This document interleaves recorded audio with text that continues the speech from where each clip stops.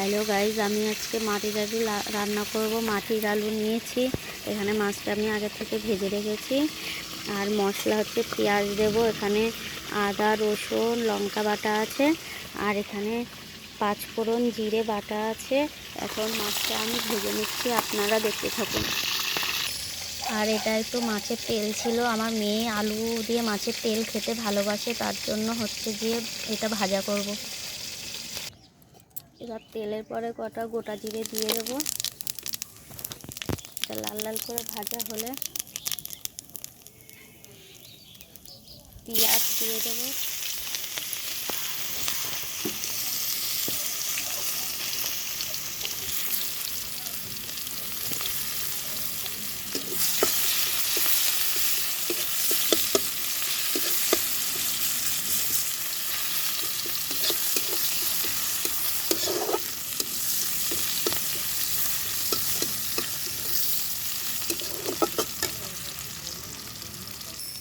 পেঁয়াজটা লাল লাল করে ভাজা হয়ে গেলে এবার আমি আদা রসুন পেঁয়াজ লঙ্কা বাটাটা দিয়ে দেবো।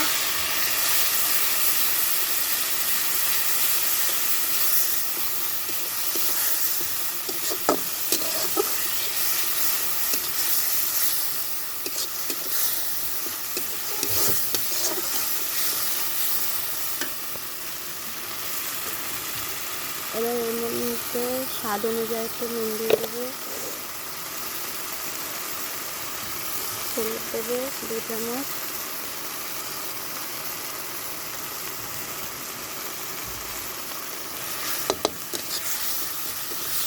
সেটা কষতে থাকবে যতদিন না জল ছাড়বে, ততদিন এই তেল ছাড়বে ততদিন আমি কষতে থাকবো। এবার একটু জল দিয়ে দেবো তাতে।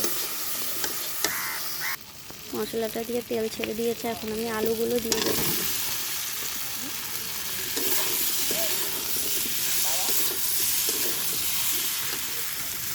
মাটির আলুটা একটু কষিয়ে নেব, তারপরে দিয়ে দেবো জল।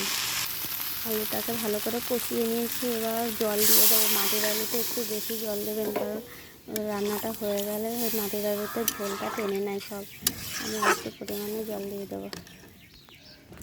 এখানে তরকারিটা ফুটে গেছে, এখন আমি জিরে বাটা আর হচ্ছে পাঁচফোড়ন বাটা রেখেছিলাম, ওটা দিয়ে দেবো।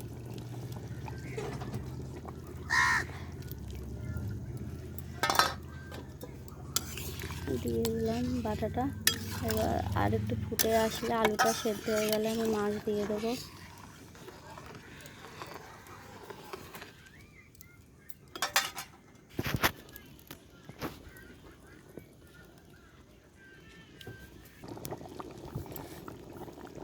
তরকারিটা হয়ে গেছে, আর আমি মাছগুলো ঢেলে দেবো।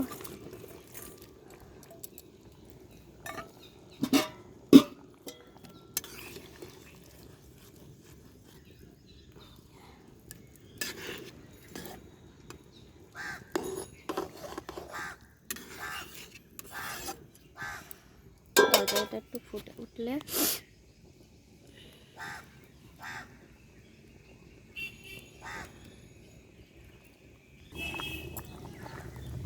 গরম মশলাটা দিয়ে দেবো।